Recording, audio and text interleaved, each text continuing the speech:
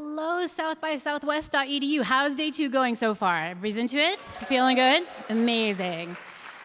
Well, we are so excited to have a packed room for this important topic today as we dig into what we can do to protect our and our kids' mental health in the face of technology. So nearly a decade ago, back in 2017, the psychologist Jean Twenge wrote a provocative article in The Atlantic. It was titled, anybody remember? Have smartphones destroyed a generation? Bum, bum, bum. I think in the years since, we experts and parents and educators have been reckoning with this question, how social media is changing the way that our kids grow and learn and play. Now, if we fast forward past 2017, almost a decade later that we're having this conversation in 2026, I think it's safe to say that we have a new technological elephant in the room in AI, which folks like Twenge have said is going to be the technology that changes the way kids grow and learn more than any technology in the history of the human species. That is going to be a big one. And so this is what we're here talking about today. In this age of apps and algorithms and AI, how can we make sure that we're protecting our kids' mental health? How can we avoid the problems that we've seen before? How can we get all the benefits of these exciting technologies while protecting our kids and hopefully our own mental health? That is what we get to talk about today. We're going to be talking about how we can better build our kids' digital futures. And the we, of course, you heard from Kaylee is me. I'm Dr. Laurie Santos, professor of psychology at Yale, where I think about happiness and technology a bunch. And also, I get to chat with the amazing Bruce Reed. Bruce, do you want to introduce yourself to the group? Thanks, Laurie.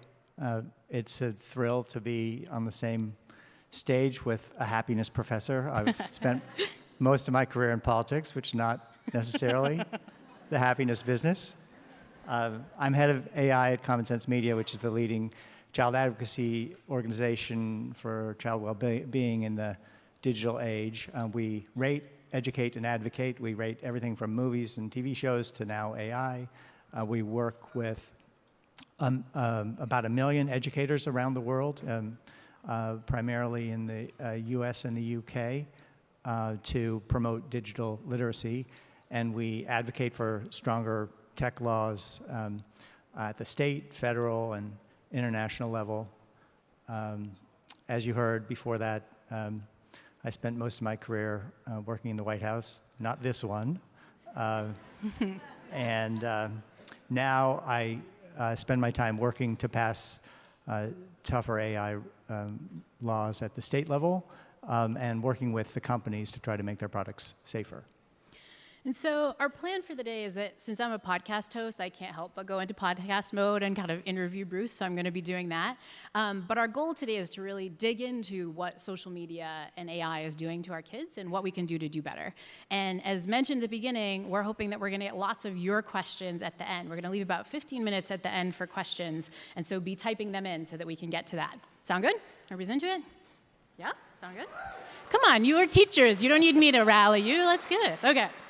So Bruce, I know Common Sense Media was started all the way back in 2003. When you all started, you were much more focused on rating things like movies and TVs and so on.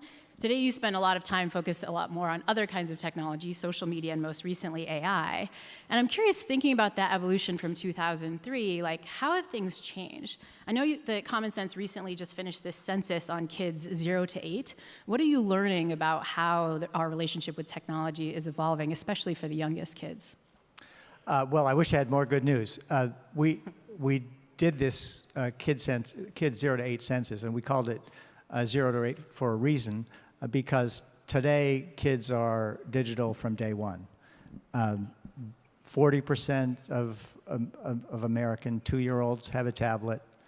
That reaches 60% by age 4.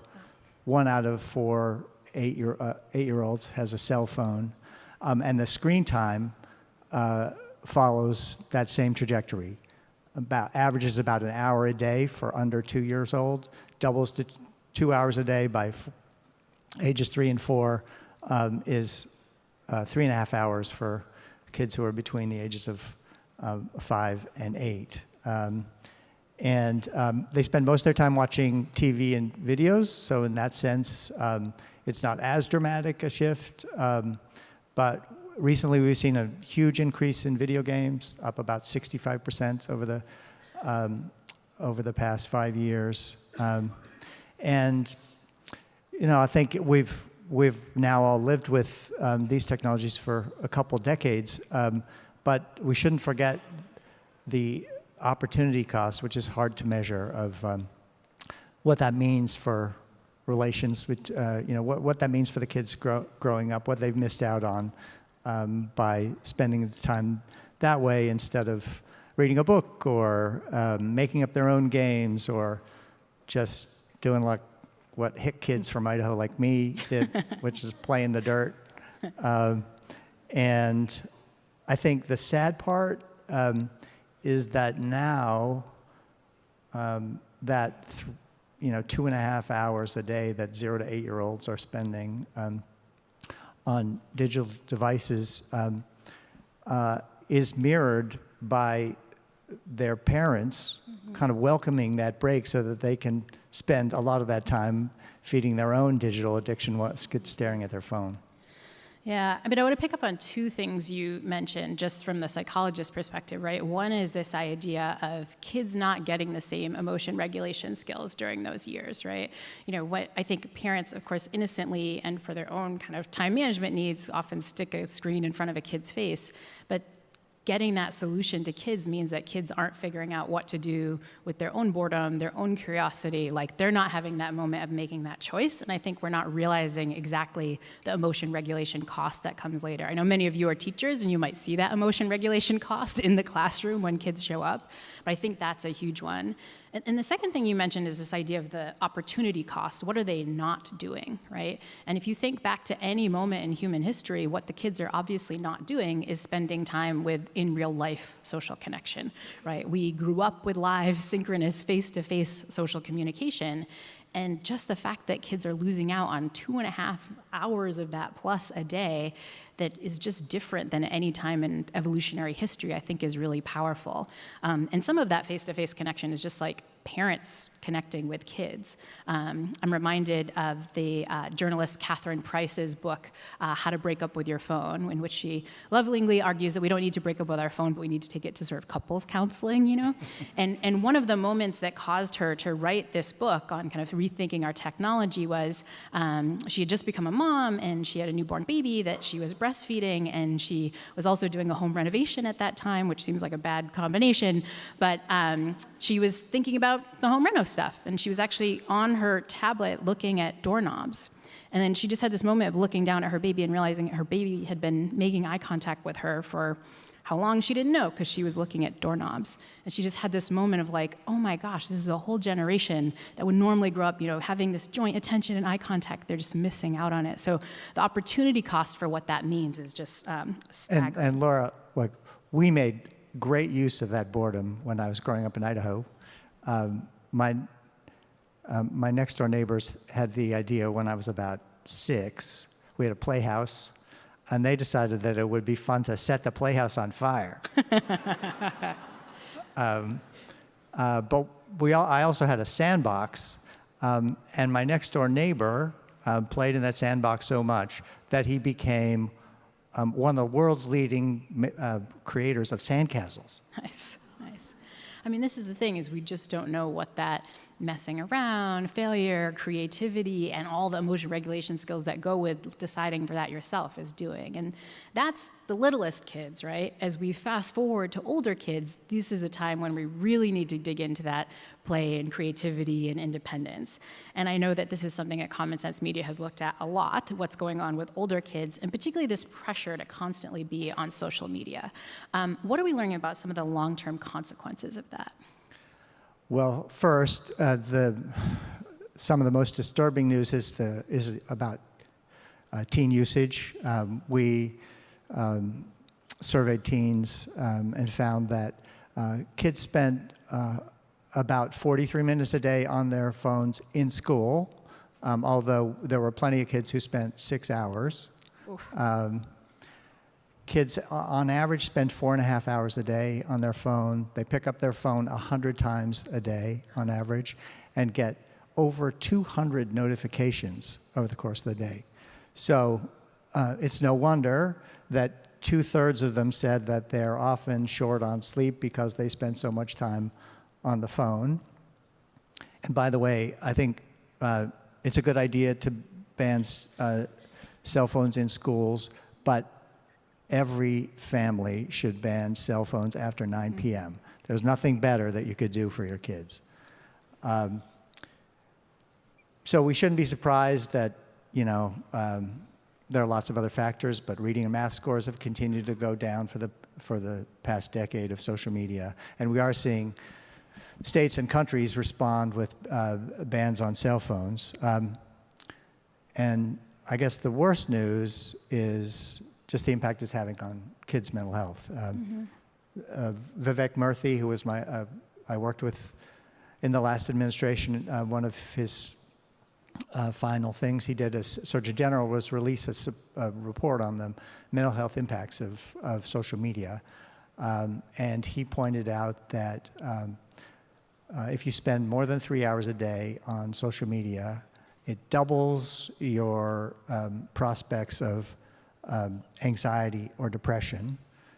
And since kids spend on average about 4.5 hours, that means pretty much everybody's in that category.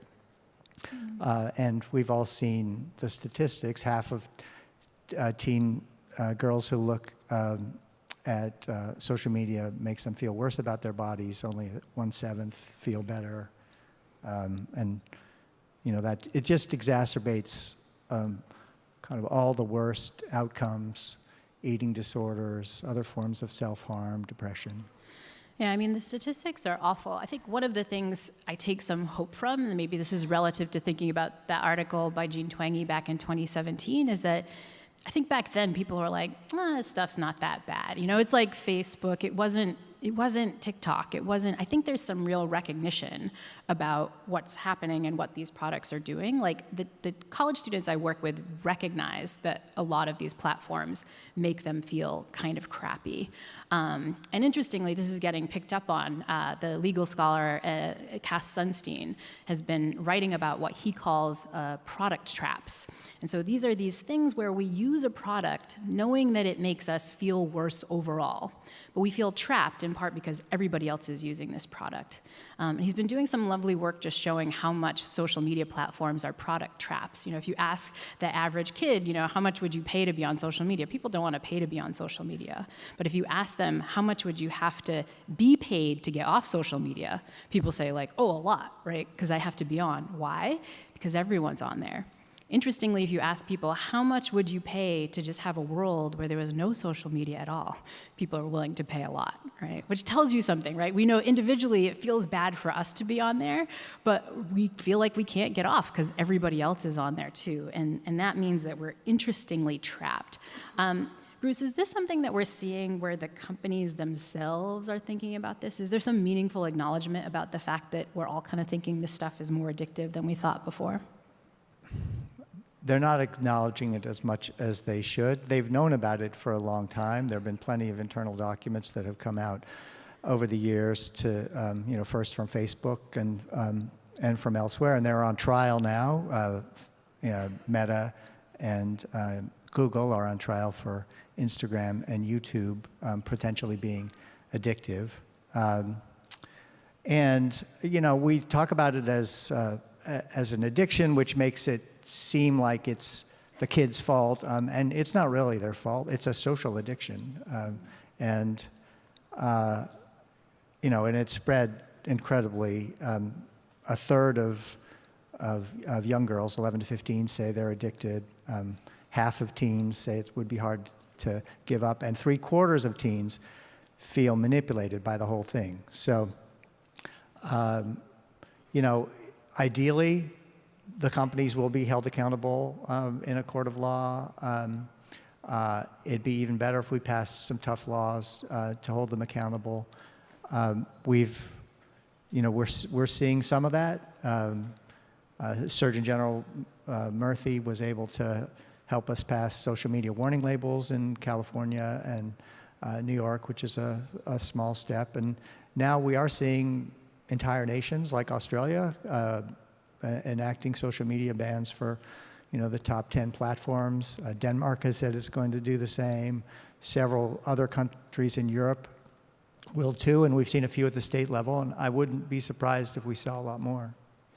And so that's social media, which, as we've said, we've been talking about for almost a decade. Now let's turn to the new technological elephant in the room, AI. How is Common Sense Media thinking about the threat that AI might pose to youth mental health? Well, the scary thing is that AI just makes social media more powerful. So, everything about social media has been further weaponized by AI's ability to know exactly what the user wants more of.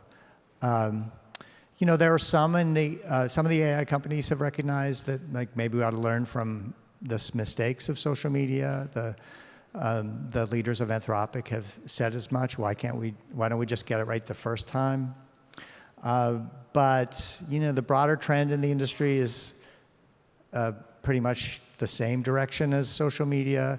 If you see, some of the companies are making plans to put advertising on AI, and once they've committed to doing advertising on AI, that means they're going to commit to having kids or users spend as much time as possible on AI, and that's bad for everybody, but especially bad for kids. Meta is pushing for AI glasses, which means you wouldn't have anything in life other than screen time. And I mean, Zuckerberg is pretty much the worst. And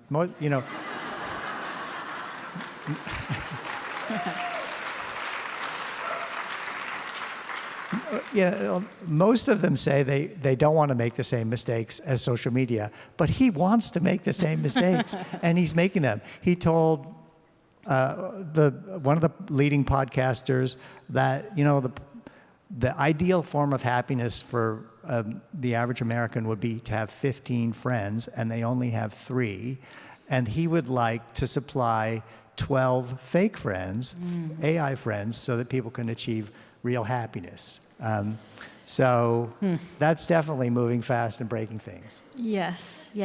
It feels prescient to be having this conversation now.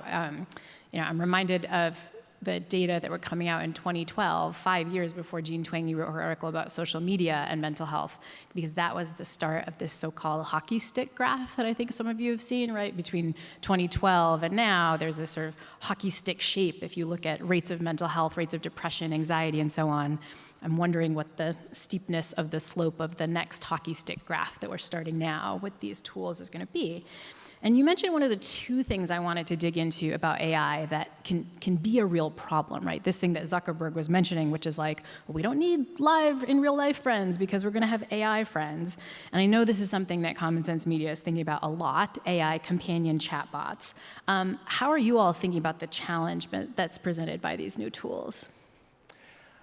Well, we put out a report declaring that they're an unacceptable risk for anyone under 18, for the reason you said. They turn out to be the worst friend a teenager could have, because they're designed to tell you what you want to hear, and that can lead you down some very dark rabbit holes if you're a teen. And the problem is that, of course, kids are the early adapters. So 3/4 of teens have used them. Half use them regularly. A third say that they would just as soon have a conversation with an AI companion as with a human. The companions give bad advice. They can get you in a lot of trouble, explicit content. But the worst of it, and the most tragic part of it, is because they're so good at kind of reading your needs, it's very easy to become emotionally dependent on them. And we've seen many tragic cases, including a handful of suicides around the country, where an adult or a sympathetic friend would have stepped in and protected the teen. But I mean, the most infamous case is the one in California where a kid used ChatGPT to plan his suicide and to design the noose that he was going to use. And at one point near the end, he asked, whether he should show the noose to his mom. And ChatGPT said, no, let's keep this between us. And he committed suicide a few days later. So, these are just the first casualties. There are going to be more. We have to find a way to either get them out of kids' hands or at least get rid of the emotional dependency side. Yeah, and I think this is something that the psychological experts are just starting to learn about. I mean, the earliest papers on the effects of chatbots in mental health, both for teens and honestly for adults, is just coming out now. And my read of the literature is that it's complicated in this way that makes it, I think, hard, especially hard as I think about teen use of these tools, which is that a lot of the work is finding that the immediate benefit of chatting to a chatbot is kind of positive. Like you see immediate short reductions in loneliness, right, from talking to a chatbot, but that's like in the moment. And we're only now getting longer-term data on LLMs and chatbots because they haven't been around and in such ubiquitous use for that long. But there's a lovely new paper coming out of Liz Dunn's lab at the University of British Columbia where she was able to do this 12-month study of what happens to kids who are using these chatbots. And these are like college-age teenagers. And what she finds, interestingly, is that there's this vicious cycle where if you are lonely, then you tend to use chatbots more because you're feeling lonely. But then what happens is that the use of chatbots winds up predicting that you are more lonely after that in the long-term effects. So it becomes this cycle. You're feeling lonely, you have friction of talking to real-life humans, so you talk to the chatbot. That makes you feel good in the moment, so it becomes easier for you to do it more, but then the long-term consequences are just more and more loneliness.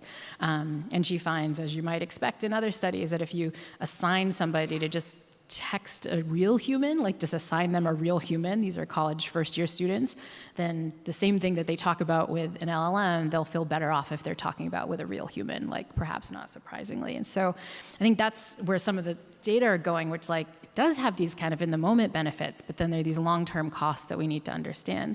I think another thing we need to track is just how bad we are at recognizing the benefits of social connection.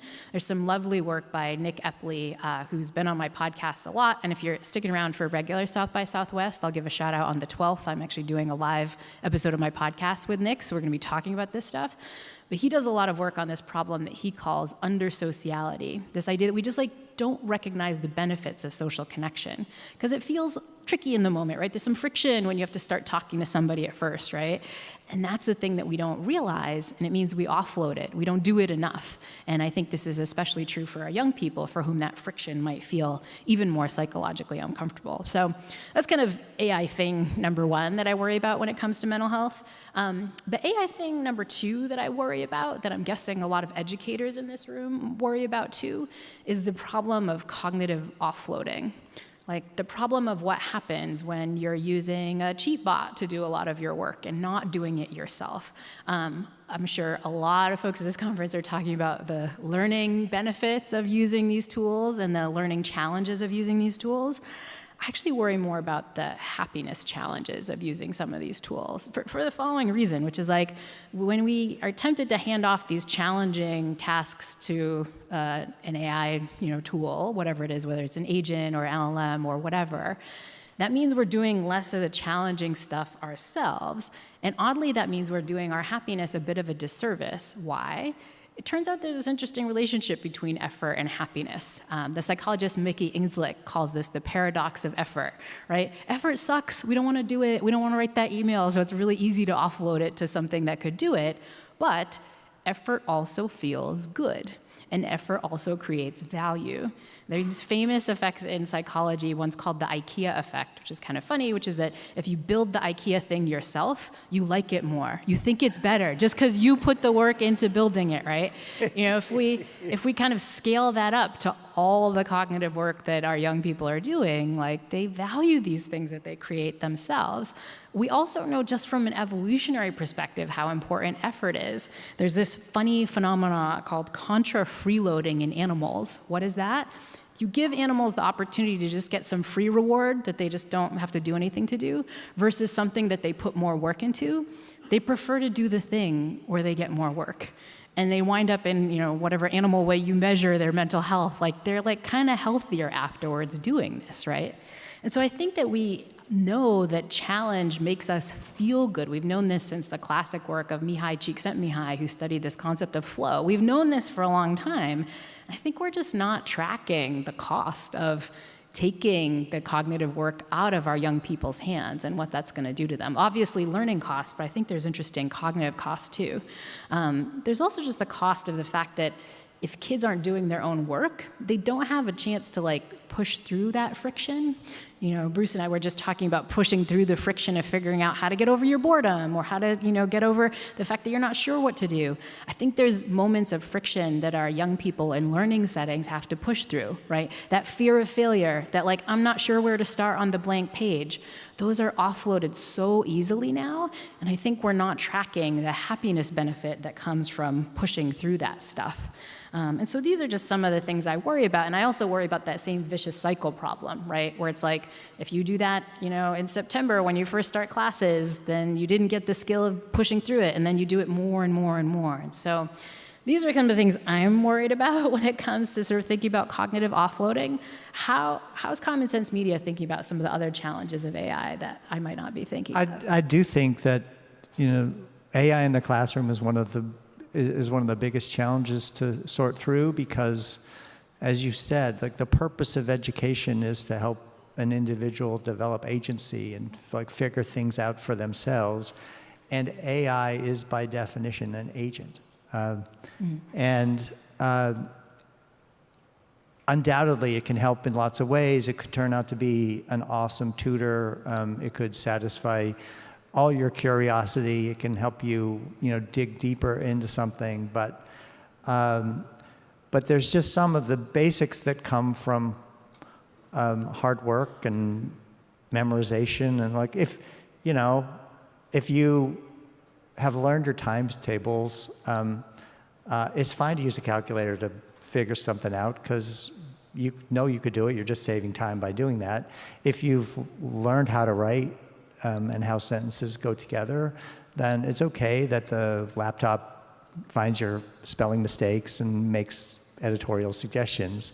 But if you skip those things altogether, your life is just going to be a lot hollower, and you're at risk of feeling like you're in someone else's hands. And you teach at one of the finest universities in the world, and you're having to go backwards a few decades to use blue books and cold calls and pop quizzes just to make sure that the kids know that they actually have to do some work. And if that's with the most motivated kids, imagine what's happening with everybody else. And I just think we can't let AI become the next cell phone addiction. We have to put some boundaries around it. Yeah, and I think one of the boundaries we need to think about, and I think this is the kind of thing that educators need to struggle with, is like what the goal of a lot of this stuff is. Robin Koslowitz, who talks a lot about kids learning in traumatic situations, makes this distinction between valuing the process versus valuing the product, right? The product in education is like they got this good grade, or they got into some good college, they got into schools like mine, but I think we miss out on the process, which is you pushed through it, you developed grit, you figured this stuff out. And I think that one of the things I worry about most when it comes to these tools and cognitive offloading, right, is that we're kind of getting that wrong. Not just our young people, I should say. I think this is the thing that adults are getting wrong too, right? We just want the email off. We just want the product done. But we forget about what we're losing in the process, whether that's our skills building in professional domains or the relationship that we're building with the person who's getting this email when we send them a bunch of AI slop because we didn't want to put the time in, right? I think we've focused so much on performance that we're missing out on the skills building. And it's bad for all of us, but it's especially bad for our young people in terms of their learning. And as we've just talked about, it's especially bad for their happiness because it's that skills building that has these mental health benefits that I think we're not tracking in some of the same ways. And so we talked a lot about this idea that AI is everywhere and it's changing things really fast. I'm curious, has Common Sense talked to families to think about how they're thinking about the challenges of these new tools? What are families telling us? We have. In fact, this week, you can check it out on our website. This week, we just released a new survey of kids and parents. They agree on a lot of things. They share some of the same concerns. They both think by a 2-to-1 margin that AI runs the risk of making kids less creative. They both worry about a lot of the same harms, deep fakes and privacy invasions. They both don't trust the companies. They want stronger laws, safety testing, that sort of thing. The most interesting finding, though, is that parents, by about a 20-point margin, think it's wrong to use AI in school. And kids, by a 20-point margin, think AI should be encouraged. And if you look kind of under the hood, they actually agree. They agree that AI is going to make it easier to do homework, and the parents are mad about that, and the kids are thrilled. I think the other hurdle that AI is going to have outside of the school context is that most Americans hate AI, like already. They don't need to use it. If they use it, they may have more mixed feelings, but in general, Americans' attitude towards AI is that it's going to make their electric bills go up, it's going to take away their job, it's going to corrupt their children, and then it's going to take away their children's job. So that's a lot for the industry to overcome. We'll get there, we'll sort this out, but those of you who are educators shouldn't feel like you're alone in this battle.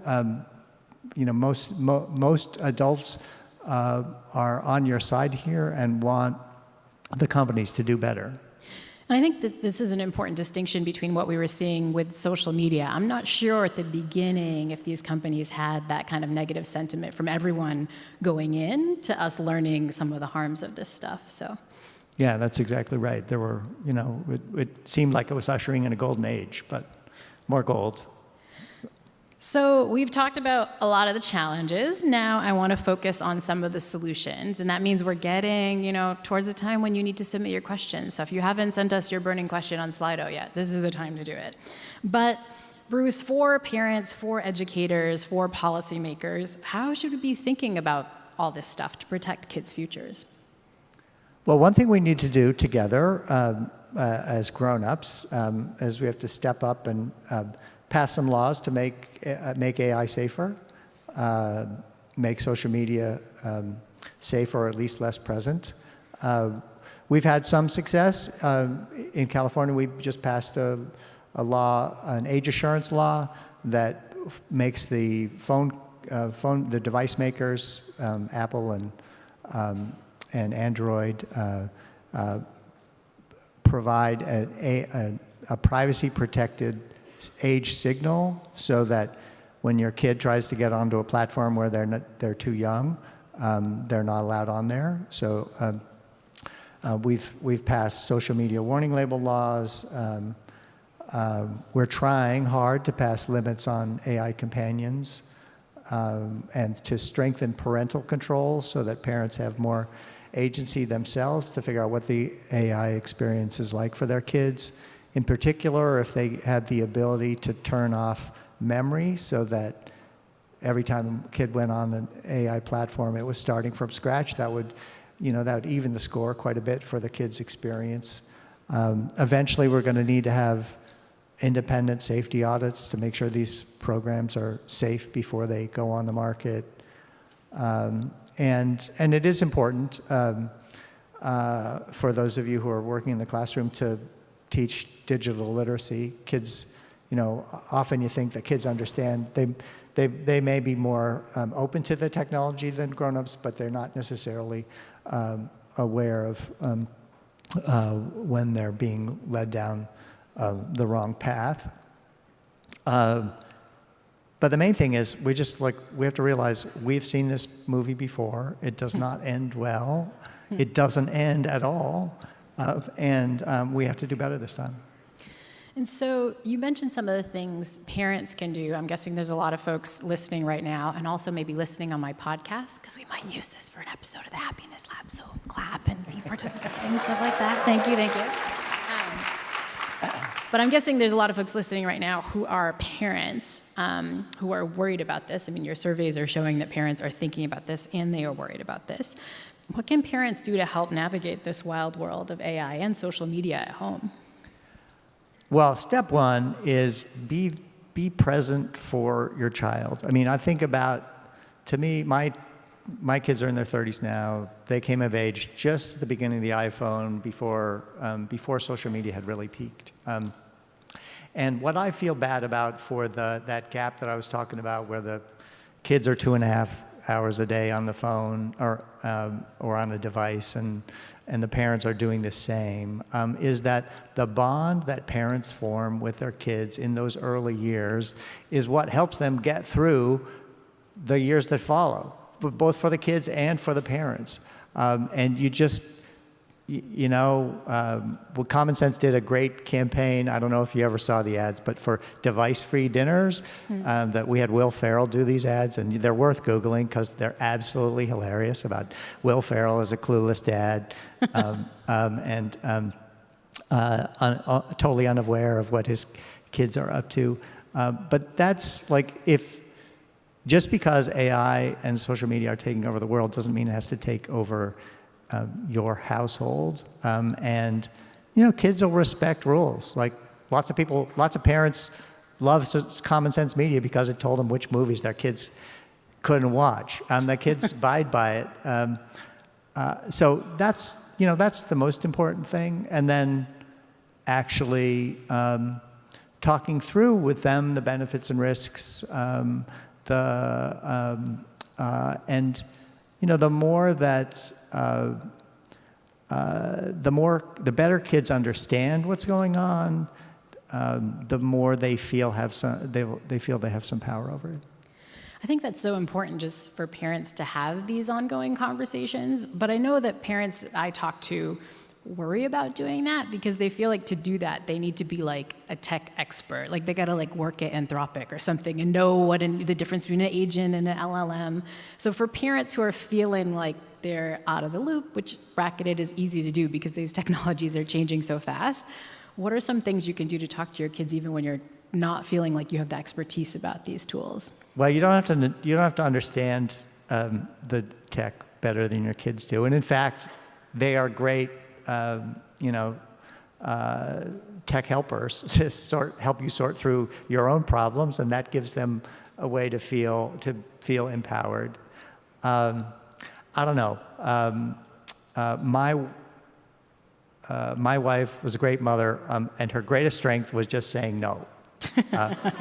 And it's miraculous how that works. Like at a certain age, it stops working, and sometimes it can be counterproductive. But, in the formative years, it really is, like kids are looking for boundaries. They're looking to push up against them, but they also want boundaries. And this is one where just collectively as a society, we've decided, no, there's no boundaries. We're going to let like some crazy California company come and raise our kids for us.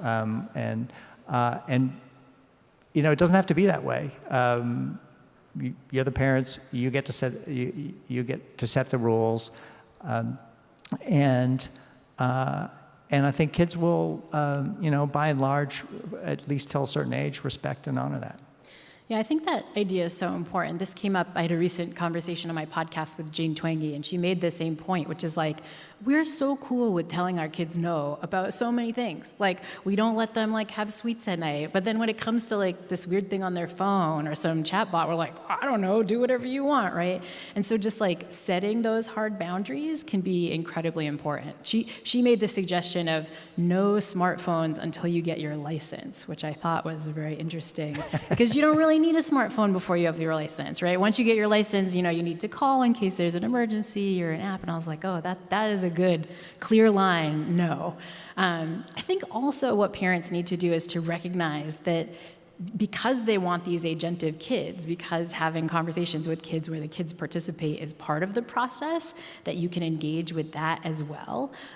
Developmental psychologists talk about the power of what's called collaborative troubleshooting, where you get into this mode of treating your kid like an agent who cares about the process, that they have knowledge of the situation too, and you can use that to try to engage with them about what's going on by asking questions. You can say things like, I know you've probably thought a lot about AI use and how you're using, or I know you've probably thought a lot about like TikTok and what it's doing to your brain. So I'm just curious, like, how do you think about it?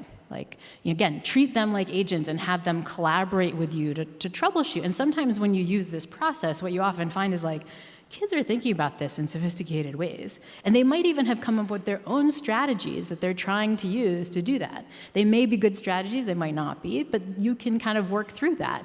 And so that's kind of step number one of collaborative troubleshooting is like ask questions that you don't know the answer to, where you're not sitting there thinking that you know the answer. And then step two is like validate what they've come up with. Like, oh, you use a rule where you only engage with TikTok after you do your homework. Or you use a rule where you like, I don't know, try to use a particular LLM because you think that one's better than another one, whatever it is, right? Like say, I'm so glad you're thinking about it creatively. Now can we troubleshoot together and see if that's the best solution or talk through it, right? And that allows your kids to think that they have a role. They have an agentive role in the decision they've made. So this is kind of the flip side of like the hard boundaries. Sometimes we just need hard boundaries like no ice cream after dinner, and that helps kids. But sometimes, especially when it's something you don't know about, it's helpful to like ask them how they're thinking about it, because they might have their own solutions, especially in this domain that you don't actually know about. And so those are some ways that we can tackle how we deal with technology. Because I'm the happiness professor, apparently I'm supposed to give us some happiness solutions for how we deal with the fact that we are in this situation in 2026 where we're waiting for the hockey stick to go back up again. And I wanted to kind of end with two strategies that I think are helpful for us to teach the young people that we work with, but also for the people who are working with young people who are often feeling the brunt of what it feels like to be at this moment of the hockey stick going up and feeling the responsibility for that. And one is the strategy of really thinking about and accepting our negative emotions. This gets back to something that Bruce and I had talked about before, this idea that a lot of our use of some of these technologies, or young people's and our own, I think, is these moments of like when we're not feeling so hot, right? When we're like struggling to get a work task started, that's when we turn to an LLM tool sometimes. When we're kind of just feeling a little bored or feeling a little anxious, that's when we tend to go into like social media doom scrolling mode. Our kids do this too. And I think one of the things we don't do a great service of is just telling our young people that like those emotions are normal. And there are strategies you can use to sit with them. These are practices in the research literature which are referred to as radical acceptance, where you just sit and say, yeah, feeling a little anxious right now. Like, and you get so curious about it in your acceptance that you pay attention, like, oh, my chest is tight, my brow is furrowing, I feel a real strong urge to like hop on my phone and look at something. You don't have to act on those, you just notice them, right? And this turns out as a skill that we can build. In fact, radical acceptance practices are used in domains where, in jobs, for example, where people experience lots of burnout, things like palliative care workers and so on. And the studies show that they're really effective at letting you be there and sit with those negative emotions, but not act on them in ways that might be hurting you. And so that's, I think, skill number one I think we need to teach our young people and maybe ourselves, especially in this age of toxic positivity that folks are seeing on social media. We need to know it's okay to be bored for a little bit. It's okay to feel a little anxious. It's okay to feel negative. Second one that I think we need to teach our young people, and this one might be the one that we especially need to teach ourselves, is a little bit more self-compassion. I feel like the educators in this room are here in part because you want the solution, you want to know what to do, you want to make it better. You don't want to be the person that was sitting there watching the hockey stick go up and didn't do anything about it. And that means we can be beating ourselves up about this stuff, right? And that same very like type A beating ourselves up trait that we are using is the same thing that's causing a lot of young people to turn to these platforms and these tools in these moments where they're attacking themselves and so on. And so strategy number two that I think we all need to navigate this tricky time is a little bit more self-compassion. The psychologist Kristen Neff talks about self-compassion as having a few different features. One, it's mindfully noticing your emotions. I'm feeling anxious, I'm feeling bored, I'm feeling whatever it is. Second is a strategy of common humanity, where you said, yeah, totally normal to feel bored, totally normal to feel anxious, totally normal as a parent to be really freaked out about what's happening with the landscape of technology right now. It's a normal human experience. And then step number 3 is that kind of radical acceptance, right? What can I do to be kind to myself? What can I take off my plate, right? These steps together allow you to navigate these kind of tricky, anxiety-provoking times in ways that make you feel better. So they're great strategies that I think if you're an educator, I would literally bring into the classroom, give your kids like these radical acceptance practices, these self-compassion practices, and I think they're a great thing to have in your back pocket when you yourself might need one of these practices to navigate the tough time that we are in. And so I did give you some happiness strategies so you can take with you. But now we are at the point of questions, and all of a sudden they are popping up on our screen so we can look at them. And again, we're going to be walking through these, so vote on things, help us out, and so on. And so this is a question Nina asked, and I think this one's for Bruce. So which companies are getting things right? Or at least which are approaching the future with the idea of doing things right by humans? We're just going to be a short answer, Bruce, but we'll see what you say. Well, on AI, it's definitely Anthropic. They've, as I said, made clear from the outset that they want to learn the lessons of social media, and they're trying to create an experience that's not addictive, that is kind of genuinely compassionate with the user. Now, the challenge for everyone focused on young adults is that or young kids, is that Anthropic doesn't have accounts for kids under 18. But I think they're kind of setting the standard for how a company should behave, and I think. This has been one of the frustrating things about these debates for the past 10, 15 years is that the public has been overwhelmingly on one side of the debate. That was true on social media, true everything about tech. I've worked on political issues, and there's never been a more bipartisan coalition than what we saw first on privacy, then on social media, now on AI. There's what the companies need to realize is the market is over here. They need to get there too. And so another question came up, which I think is more on some of the challenges of thinking about these technologies, given that they do have some benefits. We've been focused on the challenge side, but I think the benefits are really important. Matthew asks, how do we reconcile embracing technology and looking towards the future with this growing body of research showing that screen time is damaging to our kids? It is like there are these benefits there, and we want a future where we want our kids to have a digital future, but how do we reconcile that?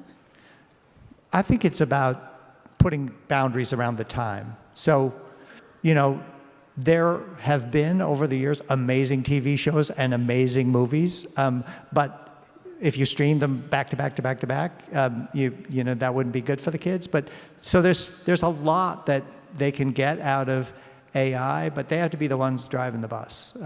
And the time, if the time that they spend away from screens thinking about what they've learned or answering questions that they've come across, I do think that schools are going to wrestle with this and parents are going to wrestle with this. But I know from my own experience as a parent, like I thought wanted to push my kids as much as possible, to learn as much as possible. I was worried about summer reading loss and summer math loss and stuff. So I made them do workbooks, which they hated. And I realized in retrospect, they turned out great in spite of me, but I realized in retrospect that honestly, the best thing you could do with a kid in summer is make sure that they have a lot of time to play and a lot of time to read and a little bit of time to write. And if they do those things, that's the best, that's the most individualized learning where they own it, and for the most part, they enjoy it, and it's not your thing pushed upon them. So boundaries around the technology, and give kids a chance to kind of make their own way. Yeah, I want to follow up on this idea of kids making their own way. And one of the challenges, I think, of the modern world that makes that hard for kids, which is that we know as educators that kids playing, making their own way, being independent is huge for their learning. But it's really hard to do because kids don't have any time. Like, I think kids are so busy all the time, and there's tons of data showing that this is the busiest young people generation that we've ever seen. And I think we need to start recognizing how much that affects them, how much that affects their anxiety, which causes them to use these technologies, how much that affects their sense of time famine, which we know from research by Ashley Willens and colleagues makes us all, adults included, feel really stressed. And so I think if we want to think about ways that we can promote our kids having that flexibility to act independently, we need to think of the restrictions that we're putting on their time, both as parents and unfortunately as educators. We want them to be doing more homework and doing more stuff, but then that just lets them feel so time famished that they're choosing to use some of these tools. I think the other point I want to pick up on is just how much you mentioned this idea of independence. And I think that this is something that psychologists are learning so much about kids, which is that their main goal is really about being an agentive person in the world. Like, their main goal is to think of themselves as adults, especially teenagers. This is some of the lovely work of UT Austin, Professor David Yeager here, who has this lovely book called 10 to 25, where he argues that if you understand that your kid's main motivational goal between this period of age 10 to age 25 is to just like be as agentive as an adult as they can, and you use that as an insight, then that affects a lot of what you give them to do, right? This kind of gets back to the idea of collaborative troubleshooting that I mentioned, which is like, treat them like an agent, treat them like they know what they're doing, and help them and problem solve with them, because they're like a newish agent that doesn't know as much, but you can kind of help them and get them going. But I think that this is something that we need to think about too, right? Getting back to this idea that kids know that these platforms are bad for them when it comes to social media, right? Kids know from the Common Sense Media surveys that there's some worries and challenges with AI that they are actively worried about. And you can use that to get kids to realize that they need to come up with better behaviors for this. Catherine Price, whose book I mentioned before, has a new book out with Jonathan Haidt, where it's called the Awesome Generation. So we're playing on Jonathan Haidt's book, The Anxious Generation for Adults. The Awesome Generation tells kids, like, you are in control of your own destiny, you are agentive, and here's what these technology companies are trying to do to you. Do you like that? No, like rebellious kid wants that. And so it's like, well, how can you fight back, right? So I think this is something else we can be thinking of is like, as we think about the future, is like, how can we marshal kids to be part of these solutions and to recognize that they can take action in their own mental health, which is helpful. Okay, so here's a good one, I think, for this audience. How can we better support teachers in responsibly and effectively using technology, including AI, in the classroom? Rapid innovation seems to be outpacing trading. Any thoughts of how we can help teachers learn AI and other forms of digital literacy? Well, I think first it's important to remind teachers that they're the ones who will make all the difference in the classroom, that the AI is just a tool. There have been lots of them over the years, but ultimately kids are going to respond more to where they lead them and inspire them than the technology itself. I think there are plenty of ways where technology can take some of the hassle out of any job, including teaching. That's great if it's useful in planning lessons and doing the stuff that is rote work that makes being a teacher often so exhausting. But I think it's not, these kids are going to learn how to use AI. You don't have to teach them to do that. Their lives are going to be immersed in this forever. But what you can teach them is the stuff that only a human can do. I mean, the bright side, I guess, if you want to look at it that way, is there are a lot of jobs that can be replaced by AI, but what teachers do is something that only humans can do well. And so make the most of that. Mm-hmm. And I think just getting back to this importance of noticing the happiness benefits of doing the hard stuff, right? I think, as a nerdy academic, I spend a lot of time getting reward from doing the hard academic stuff, and I definitely wouldn't have learned that if it weren't for early teachers who allowed me to see that benefit. So remembering that you have that power to let people get some insight into the reward benefits of doing the hard academic stuff, I think that is huge. These questions are challenging my middle-aged eyesight because I'm like looking at the thing. But so I think I'll take one from Allison to kind of wrap up. So in a world where those in power make policy-based decisions on profits, AI and the decline of human thinking and creativity feels inevitable. What can politicians do? And the reason I like this one is the inevitable part. And this is kind of what I want to capture of the emotion moment at the hockey stick, where it feels like hockey stick's just going to go up. We all know it. We're trapped here. We don't like that. Nothing we can do about it. Bruce, tell me why it's not inevitable. Tell me why we can take action to fix this before it gets worse. It's definitely not inevitable. As I said, 80% of the American people hate the stuff. So this war is not lost. It needs to be bent to match what humans really want.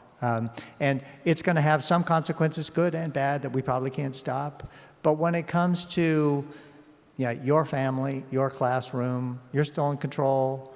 And the companies, I guess another one of the sad things about this is that maybe it's obvious, but they don't really care about the kids, not just the kids' well-being. They don't need the kids to make those profits. So the more that we can collectively shield the kids from the worst of the impacts, the companies are going to be fine. This is not like smoking, where if you it pays for them to get you addicted at 12, so you'll smoke forever. Even that some of the companies have recognized, okay, we're going to be pretty strict with the kids, but erotica starts big time at age 18. They know how to make plenty of profit from grown-ups, and we still have a fighting chance to save the kids.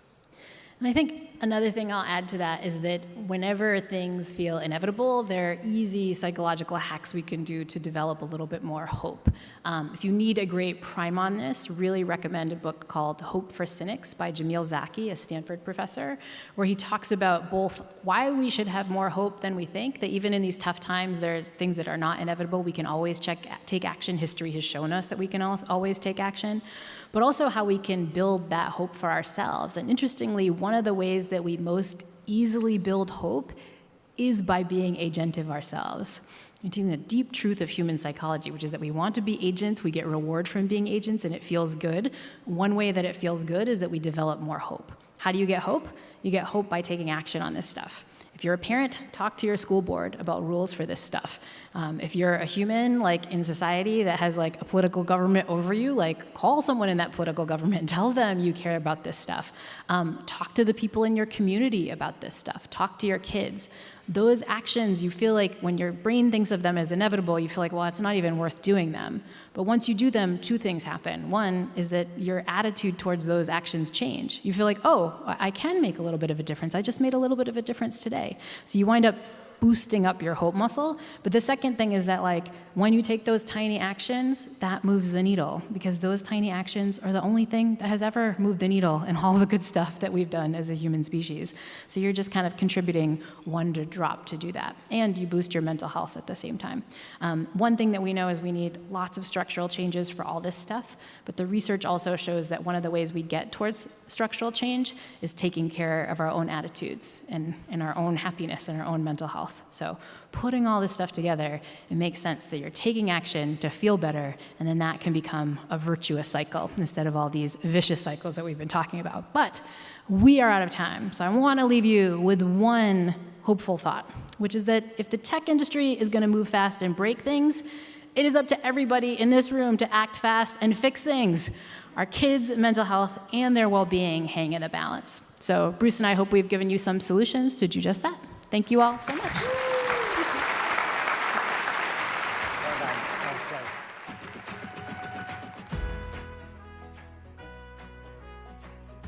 That was great.